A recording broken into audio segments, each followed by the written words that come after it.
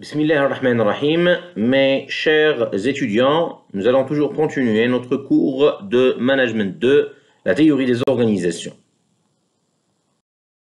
Toujours dans le premier chapitre, l'école classique de l'organisation, nous avons déjà vu Frederick Winslow Taylor et le Taylorisme, Ford et le Fordisme. Cette vidéo sera dédiée à l'étude d'Henry Fayol et de l'administration industrielle. Commençons par les fondements de la pensée d'Henry Fayol. Henry Fayol est né en 1841 et est mort en 1925. Il s'agit d'un ingénieur français. Fayol est lui aussi un ingénieur, comme Ford et comme Taylor. Mais cet ingénieur a passé une expérience particulière. C'est elle de la direction d'une société minière. Il a passé par une expérience de direction d'une entreprise. Il a constaté, d'après son expérience, que les dirigeants avaient une formation technique, purement technique, donc en physique, en chimie, en mécanique, en électricité, mais aucune formation leur permettant d'administrer une entreprise, mais aucune formation leur permettait à l'époque de gérer du personnel, de gérer de la comptabilité et, par exemple, de gérer un département marketing ou commercial. Pour faire une simple comparaison entre les travaux de Taylor et les travaux de Fayol, Taylor a inventé une organisation fondée sur l'amélioration des aspects techniques de l'entreprise. Et nous avons vu pas mal d'exemples, la rationalisation de la production, prévision et calcul, bien sûr, technique de la production, chronométrage, calcul, contrôle des gestes dans les ateliers. Donc, il était orienté beaucoup plus atelier de production. Fayol est tourné vers les dirigeants. Donc, il s'est concentré sur comment diriger et l'amélioration des aspects administratifs de l'entreprise. Donc, il s'est concentré sur le côté administratif, sur le côté de direction et non pas sur le côté technique comme Taylor. Fayol insiste sur la nécessité de faire évoluer la fonction de commandement. Donc, généralement, c'est la fonction chargée de la direction d'entreprise dans les grandes entreprises et de développer les qualités de leadership. Alors, c'est quoi le leadership? Alors, le leadership, de façon générale, c'est la position de leader. Au management, et comme vous voyez dans la photo, le leadership est l'influence qu'un individu, appelé le leader, sur un groupe. Dans le groupe, le leader détient le commandement, donc il donne des ordres, prend les initiatives et mène les autres membres du groupe par sa capacité à fédérer et à mobiliser les énergies autour d'une action collective. Fayol est le père du management moderne grâce à son expérience de terrain, son expérience de direction de sociétés minières. Il établit des principes simples et efficaces d'organisation, d'administration et de gestion. Le premier qui s'est préoccupé du fonctionnement global de l'entreprise. Il introduisit la gestion comme une profession à part entière. Deuxième point très important. Les auteurs précédents, Frederick Winslow Taylor et Ford, leur préoccupation totale, c'était quoi? C'était l'atelier, c'était la production. Maintenant, on voit qu'avec Fayol, il y a une préoccupation globale, du fonctionnement global de l'entreprise. Ainsi, c'est lui qui a introduit la gestion comme une fonction à part entière dans l'entreprise. Maintenant à l'organisation administrative du travail, OAT. Fayol a mis une classification des 6 fonctions essentielles de l'entreprise, que nous l'avons déjà vu en semestre 1. La fonction technique, la fonction commerciale, la fonction financière, la fonction de sécurité, la fonction de comptabilité et la fonction administrative.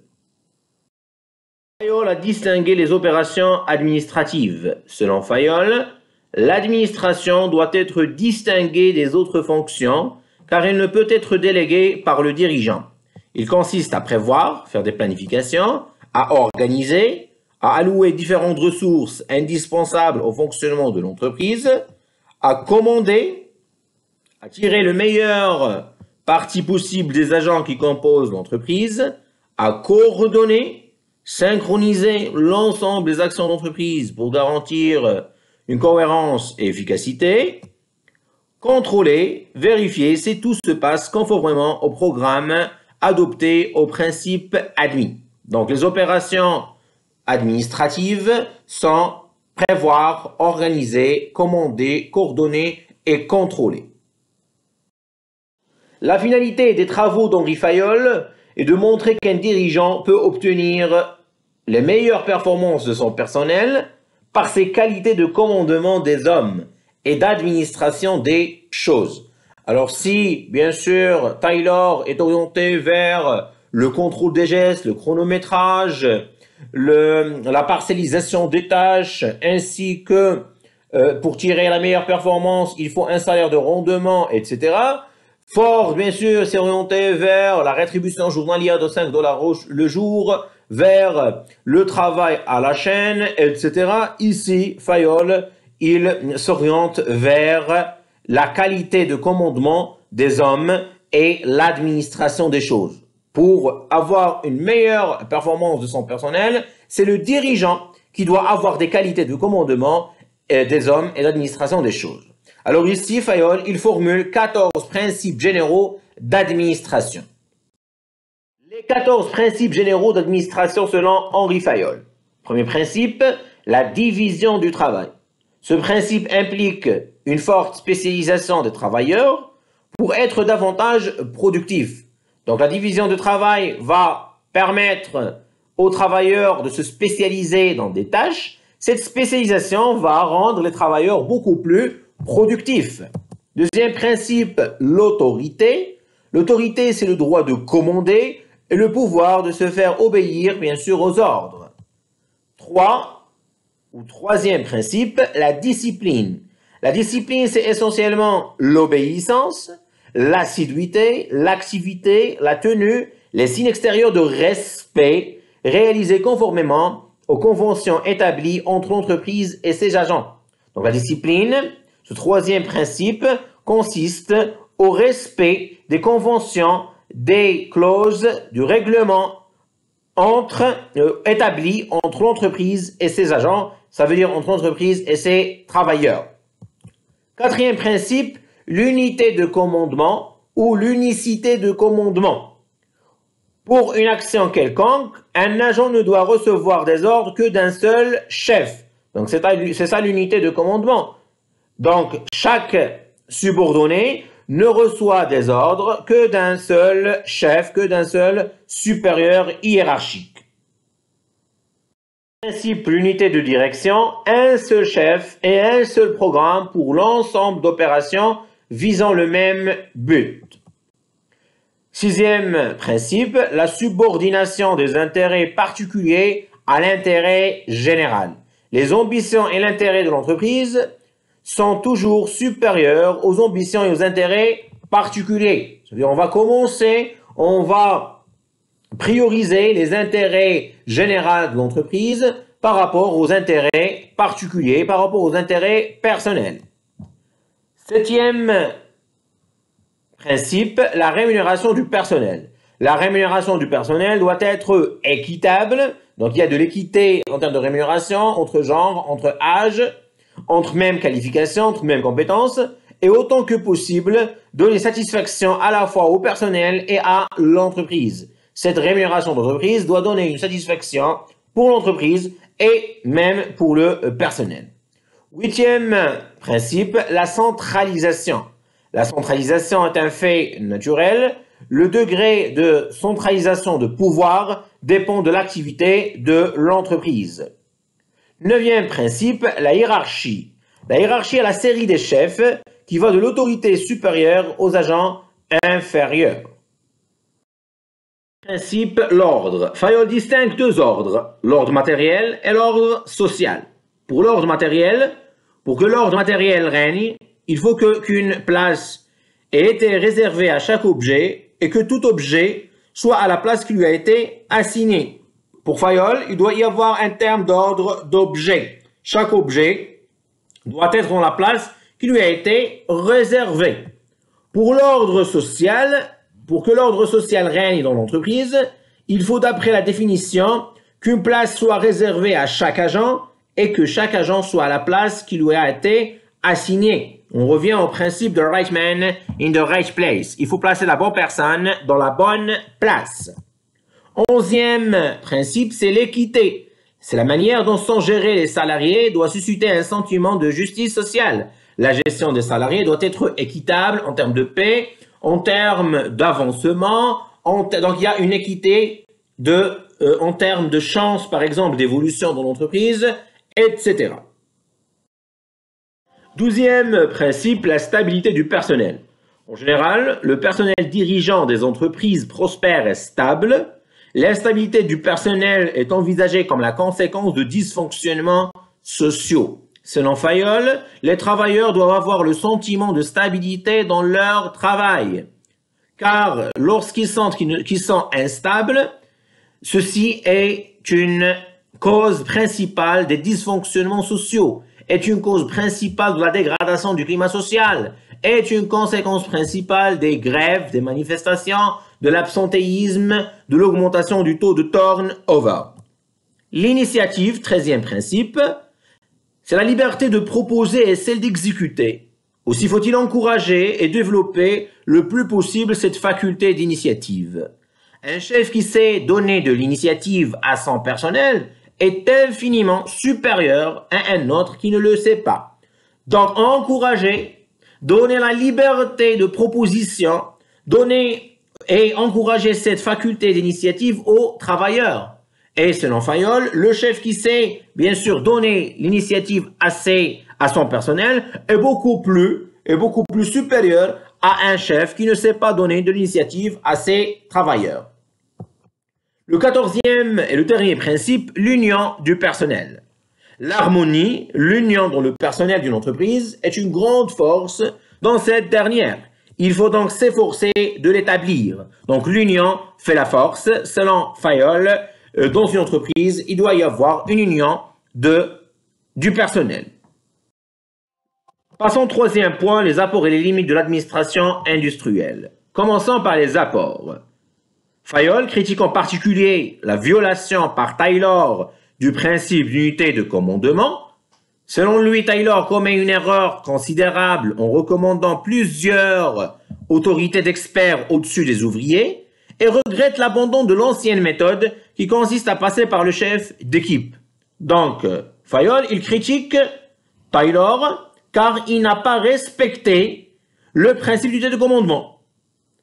Car Taylor recommande plusieurs autorités d'experts au-dessus des ouvriers. Car dans les principes de Taylor, les ouvriers reçoivent plusieurs ordres de plusieurs chefs. Par contre, Fayol, il insiste dans ses principes d'administration sur l'unité de commandement, sur que chaque subordonné ne doit recevoir des ordres que d'un seul supérieur, que d'un seul chef. Fayol ne partageait pas l'idée d'une nécessité d'un contrôle étroit du travail.